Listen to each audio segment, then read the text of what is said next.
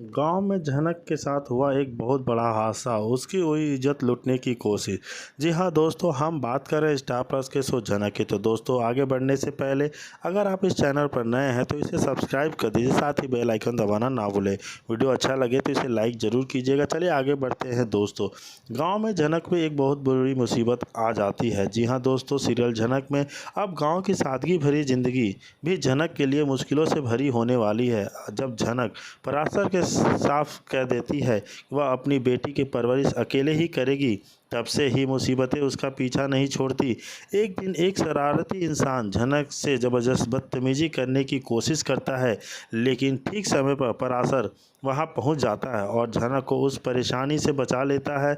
इस घटना से झनक भीतर तक हिल जाती है और वह पराशर से कह देती है कि अब वह उसकी हर बात मानने को तैयार है, क्योंकि अगर आज कुछ अनहोनी हो जाती तो उसकी मासूम बच्ची का क्या होता। झनक अब अपनी बच्चे की खातिर हर मुश्किल झेलने को तैयार है, यहाँ तक कि वह पराशर से साथ झूठी शादी का नाटक भी करने लगती है, ताकि समाज में उस बच्ची को एक नाम मिल सके और वह सुरक्षित रह सके। लेकिन मुसीबतें यहीं ख़त्म नहीं होती। एक दिन झनक खेतों में काम करने के लिए निकलती है, लेकिन उसी रास्ते नहीं पता होता। भटकते भटकते वह गलती से गांव के एक सुनसान इलाके में पहुंच जाती है, जो असल में कुछ गुंडों का अड्डा होता है।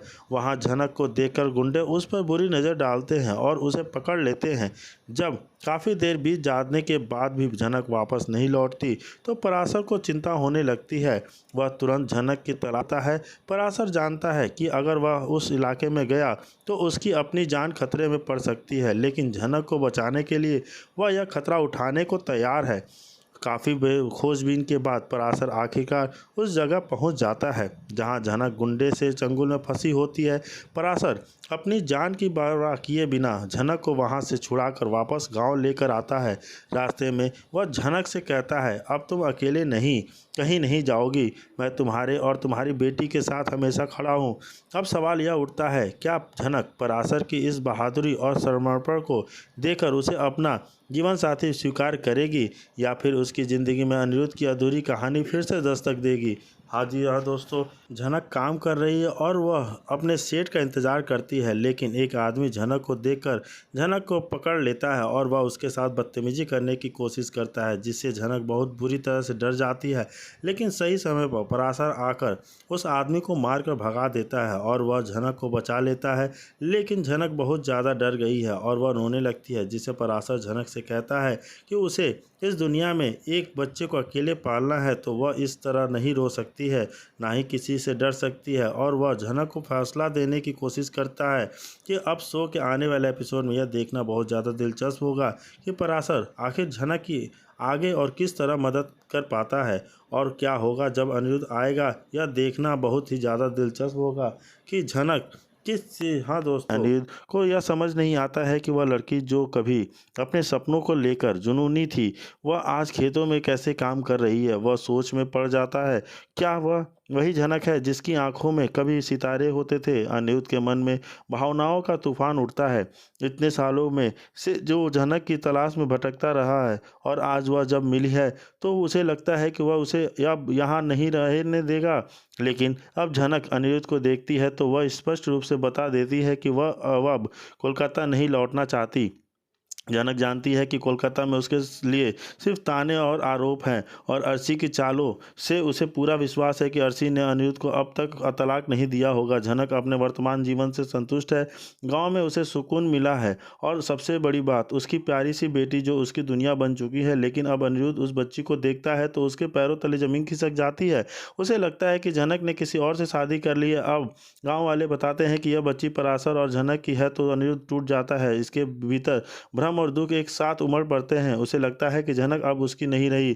क्या अब अनिरुद्ध इन बातों पर विश्वास करके चुपचाप लौट जाएगा हमेशा के लिए झनक की जिंदगी से, या फिर कहानी में आएगा एक नया मोड़। जी हाँ दोस्तों, बराबर है। अगर उसने झनक से शादी की है तभी वह इस गांव में रह सकती है, वरना नहीं। पराशर जवाब देता है कि झनक मुसीबत में थी इसलिए उसे यहाँ लाया, लेकिन शादी नहीं की। अगर गांव वाले झनक को नहीं रखना चाहते तो वह खुद गांव छोड़ देगा। गंगा कहती है कि झनक एक चालाक लड़की है और उसने पराशर को फंसा लिया है। उसका ना तो घर है ना माँ बाप है, फिर भी पराशर उसके पीछे पड़ा है। यह सुनकर झनक गुस्से में आ जाती है और कहती है, आप मेरे माँ बाबा के बारे में ऐसा कुछ नहीं कह सकती हैं। मैं कुछ नहीं सुन सकती हूँ, लेकिन अपने माँ बाबा के बारे में बर्दाश्त नहीं करूँगी। अगर आप लोग चाहते हैं कि मैं गांव छोड़ दूँ तो मैं चली जाऊँगी। तभी सरपंच कहते हैं कि नहीं। अगर झनक से पूछते हैं कि इस बच्चे का पिता कौन है। झनक चुपचाप रहती है। सरपंच कहते हैं, अगर वह नहीं बताएगी तो वह गांव में नहीं रह पाएगी। तभी पराशर सबके सामने घोषणा करता है, यह बच्चा मेरा है और झनक मेरी पत्नी है। यह सुनकर सभी लोग हैरान रह जाते हैं। और दूसरी ओर झनक अनिरुद्ध गेस्ट रूम में काम कर रहा होता है। तभी अर्शी आती है और कहती है कि उसने अपने कमरे में चलना होगा।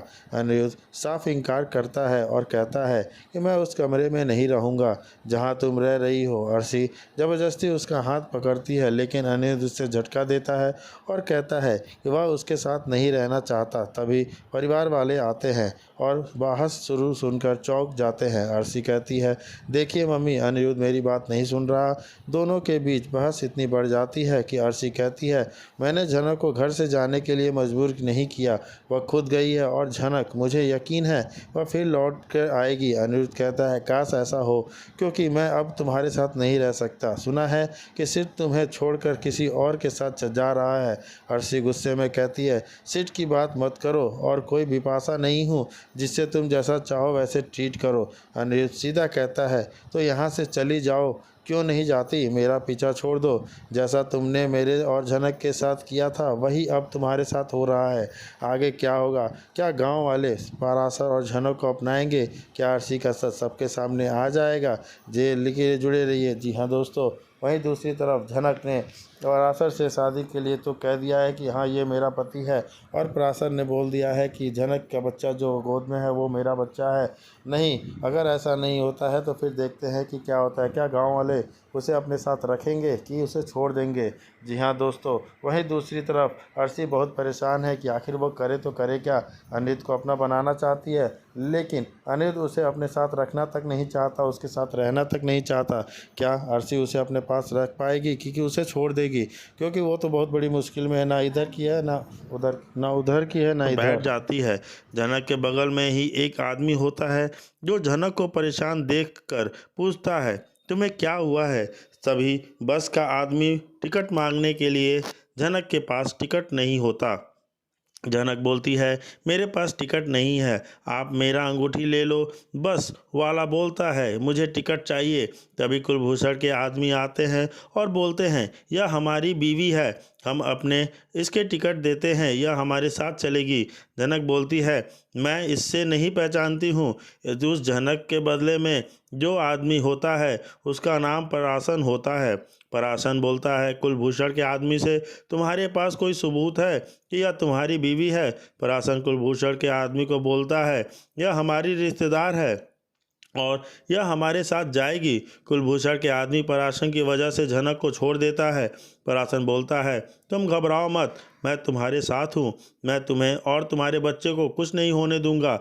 अब दूसरी तरफ अर्शी अपने घर आती है और सृष्टि और विनायक को सारी बातें बता देती है। विनायक गुस्सा होता है और बोलता है, मैंने बोला था अर्शी, तुम डाइवोर्स लेने के बाद कुछ करना। अब सिड ने तुम्हें धोखा दिया तो अब तुम्हें पता चला रहा होगा कि सृष्टि बोलती है, अर्शी कोई बात नहीं, तुम्हें अनिरुद्ध के घर लेकर जाऊंगी। अभी तक तुम्हारा और अनिरुद्ध का डाइवोर्स नहीं हुआ है, अब भी तुम अनिरुद्ध की पत्नी हो। विनायक गुस्से में आकर अर्शी से बोलता है, अब से तुम्हारा डैड तुम्हारे लिए मर चुका है। अब झनक शिवलिंग पहुंच जाती है, लेकिन कुलभूषण के आदमी झनक के पीछा कर नहीं छोड़ते। पराशर अपने आदमी को बुलाता है, जिसे देखकर कुलभूषण के आदमी वहां से चले जाते हैं। पराशर के आदमी बोलते हैं, यह लड़की कौन? पराशर सारी बातें गांव वालों को परेशान बोलता है, मैं चाहता हूं कि आप सब इस महिला को इस गांव में जगह दो। गांव वाले झनक को गांव में रखने के लिए तैयार हो जाते हैं। पराशर बोलता है, आप चाहो तो आपके घर भिजवा सकते हैं। झनक बोलती है, मैं इस गांव में रहना चाहती हूं, लेकिन अगर आपने हमें धोखा दिया तो आपको नहीं जाने देंगे। जी हाँ दोस्तों, झनक तो बोलती है कि मैं इस घर को छोड़ के तो नहीं जाऊंगी, लेकिन जब पराशर बोलता है अगर आपने हमें धोखा दिया या आपने कोई भी ऐसा काम किया जिसे कि अब मैं आपको यहाँ से यहीं पे बंद बना लूँगा या आपको जाने नहीं दूंगा। वहीं दूसरी तरफ अर्शी के पिता विनायक अर्शी को बोल देते हैं कि अब तुम्हारा मेरा कोई रिश्ता नहीं है, अब तुमको जो भी कुछ कहना है तुम अपनी माँ सृष्टि से बोलना। मैं तुम्हारे लिए मर चुका हूँ, तुम्हारा डैड तुम्हारे लिए मर चुका है, आज से हमारा तुम्हारा कोई रिश्ता नहीं है। अब तुमको जो भी कुछ कहना है तुम अपनी मॉम सृष्टि से कहोगी। वो सृष्टि बोलती है हाँ मैं अभी ज़िंदा हूँ, अनिरुद्ध का तुम्हारे साथ अभी डाइवोर्स नहीं हुआ है, मैं तुमको वहाँ पे लेकर चलूँगी। देख रहे हैं कि पुलिस झनक को बोलता आ रहे हैं अनिरुद्ध से आप बिना डाइवोर्स के शादी नहीं कर सकते। अब झनक खुद से बोलती है इससे ज़्यादा मैं बर्दाश्त नहीं कर सकती, अब बस हुआ, मेरी और सर जी की शादी नहीं होगी। मैं सर जी को हमेशा के लिए छोड़कर चली जाऊंगी और ऐसी जगह जाऊंगी जहां से सर जी मुझे ढूंढ नहीं पाएंगे। अभी सभी अर्शी और पुलिस से बात ही कर रहे होते हैं तो कभी झनक अपना बैग लेकर वहां से चली जाती है। झनक स्टेशन पर जाती है जहां उससे वही औरत दिखती है जिसने अर्शी का बच्चा हॉस्पिटल से लिया होता है। झनक उस औरत को पकड़ लेती है और बोलती है तुम यहाँ क्या कर रही हो, तुम्हें पहचान चुकी हूँ और तुम्हारे सच का मालूम है मुझे। औरत बोलती है कैसा सच? झनक बोलती है इस बच्चे का सच। औरत झनक के सारी बातें बता देती है कि उसका पति उसे घर से निकाल दिया, उसे समझ नहीं आ रहा है कि वह इस बच्चे को कैसे पाले। अब दूसरी तरफ ऑन को कर देखते हैं कि अर्शी सिड को कॉल लगाती है। सिड अर्शी का कॉल नहीं उठाता है, वो किसी और लड़की के साथ कहीं और जा रहा होता है।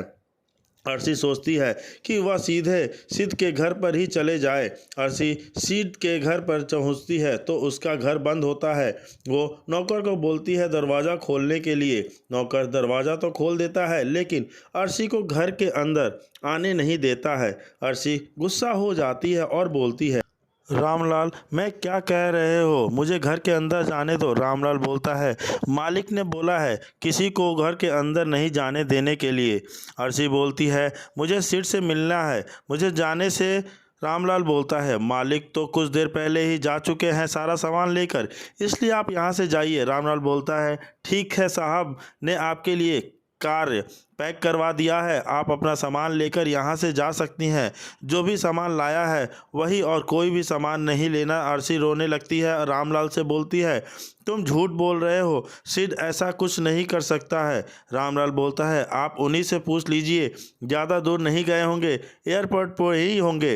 अर्शी एयरपोर्ट के लिए निकल जाती है।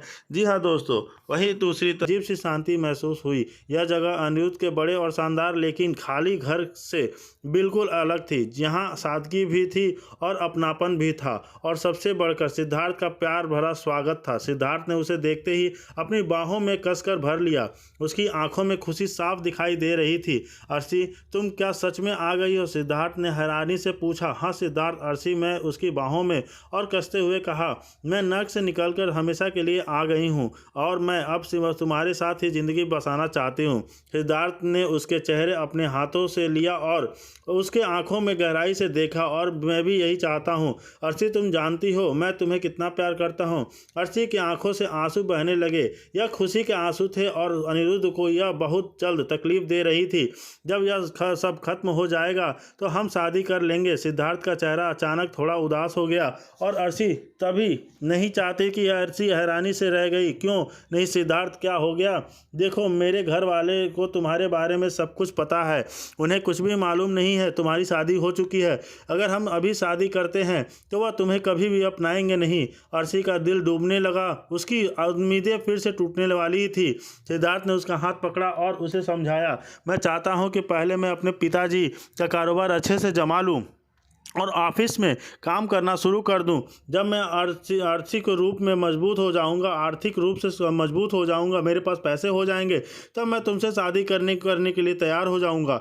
मैं अभी शादी कर ली तो मुझे उनकी कोई भी संपत्ति नहीं मिलेगी।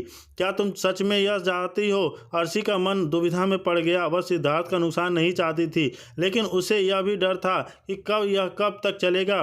पर तुम मुझे यहाँ तो बता सकते हो ना कि यह घर सब तक ठीक है? सिद्धार्थ ने गहरी सांस ली। इसमें थोड़ा समय लगेगा अर्शी, लेकिन तुम्हें अभी अनिरुद्ध से तलाक नहीं लेना चाहिए था। क्या? अर्शी लगभग चिल्ला पड़ी। क्यों नहीं? मैं अब उस आदमी के साथ एक पल भी नहीं रहना चाहती थी। मुझे अपनी ज़िंदगी में शांति चाहिए। मैंने फैसला कर लिया है कि मैं उसे तलाक दूंगी। सिद्धार्थ ने उसे शांत करने की कोशिश की। हाँ अर्शी, तुम उसे तलाक दोगी, लेकिन अभी नहीं। जब तक मैं पिताजी का कारोबार नहीं संभाल लेता तब तक रुको। क्या तुम नहीं चाहती कि तुम अनिरुद्ध को सजा दो? अर्शी चौंक गई। सजा? कैसी सजा? उसने तुम्हें कोई बहुत परेशान किया है? अर्शी, कितने सालों तक मुझे एक झूठे रिश्ते में रखा, अब वह तुम्हें छोड़कर किसी और लड़की के साथ शादी करने जा रहा है। क्या तुम उसे इतनी आसानी से जाने दोगी? सिद्धार्थ की आंखों में एक अजीब सी चमक थी। अर्शी सोचने लगी, अनिरुद्ध ने सच में उसे बहुत दुख दिया था। उसका प्यार कभी भी सच्चा नहीं था और अब झनक नाम भी किसी लड़की के शादी करने जा रहा था, जबकि अर्शी अभी भी उसकी पत्नी थी। बदले की आग धीरे धीरे उसके दिल में सुलझने लगी। तुम क्या चाहते हो सिद्धार्थ? अर्शी ने पूछा। मैं चाहता हूं कि तुम अनिरुद्ध को तलाक देने के लिए हाँ कह दो, कागजों पर दस्तखत भी कर दे लेना, लेकिन जब तुम्हें तलाक की तारीख मिले तो तुम मना कर देना। अनिरुद्ध से कहना कि तुम्हें तलाक नहीं चाहिए। जिस दिन अनिरुद्ध शादी कर रहा होगा और अगर तब तक रहना कारोबार ठीक हो जाता है तो मैं तुम्हें शादी कर लूँगा। अर्शी ने सिद्धार्थ की आंखों में देखा। उसकी बातों में एक अजीब सी योजना छिपी हुई थी, लेकिन उस समय उसे और कुछ नहीं सूझ रहा था, सिर्फ अनिरुद्ध को सबक सिखाना चाहती थी। ठीक है सिद्धार्थ, अर्शी ने कहा, तुम जैसा कहोगे मैं वैसा ही करूँगी। सिद्धार्थ ने राहत की सांस ली और उसे गले लगा लिया। अर्शी को उसकी बाहों में थोड़ी सुरक्षा महसूस हुई, लेकिन कहीं न कहीं उसके मन में भी एक अनजाना सा डर भी पल रहा था। कहीं सिद्धार्थ उसे पूरी सच्चाई नहीं बता रहा है। दूसरी तरफ अनिरुद्ध ऑफिस से थका हारा घर लौटकर जनक की तस्वीरें उसके बटुए में हमेशा उसके साथ रहती थी। उसे देखते ही